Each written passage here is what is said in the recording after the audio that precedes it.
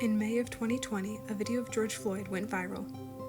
The social movement known as Black Lives Matter rapidly picked up more and more supporters as people all over the world stood in solidarity regardless of their own racial identity.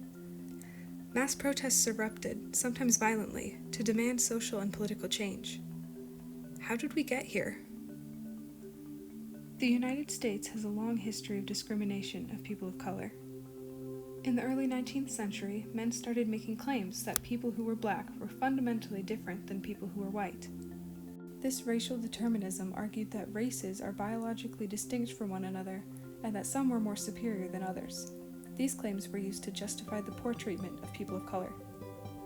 Even after the official end to slavery, the 13th Amendment, Jim Crow laws, racial segregation, and tactics such as redlining kept Black Americans systematically disadvantaged and subject to violence and inequality based on judgments about their race. The 13th Amendment, which ended slavery except as a criminal punishment, and Richard Nixon's war on drugs led to further racial profiling and mass incarceration that continues today. The war on drugs gave disproportionately harsher sentences to African Americans. For example, harsher sentences that are still given to people possessing crack cocaine, the cheaper and less refined version of powder cocaine more often used by higher-class white offenders. The Black Lives Matter movement recognizes that some police officers may not be inherently racist, just operating within a racist system. Still, the targets of police brutality, racial profiling, unlawful arrests, and harsher sentencing are disproportionately black.